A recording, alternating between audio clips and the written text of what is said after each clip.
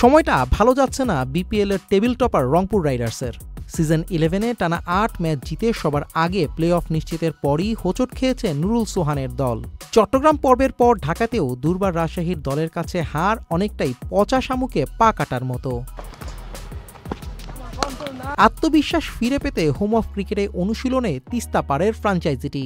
Champions ট্রফির আগে নিজেকে প্রমাণ করার মিশন সৌম্য সরকারের।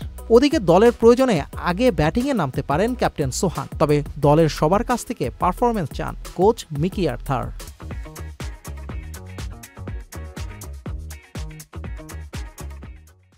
We were really good for 8 games, and then we had a bit of a 6-day break, and we just haven't found that momentum again.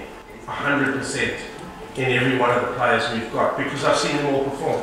I've seen them do it in tough conditions in Guyana. I know what the caliber of the players are. So we just need to get back onto that winning run again, and we do that by somebody putting in a really good performance tomorrow and dragging everybody with it. বিদেশি cricketer সংকটে রংপুর। সিলেট পর্ব শেষে ফিরে গেছেন Alex Hales. Australian Tim ডেভিডের আশা নিশ্চিত হলেও ডেভিড ওয়ার্নার ও ক্যারিবিয়ান সুনীল নারিনের অন্তর্ভুক্তি নিয়ে অফিসিয়ালি কিছু বলতে চাইলেন না ফ্র্যাঞ্চাইজিটির South African head coach. There's lots of big names out there that we're talking to. I don't know. I can't give you any more information than that.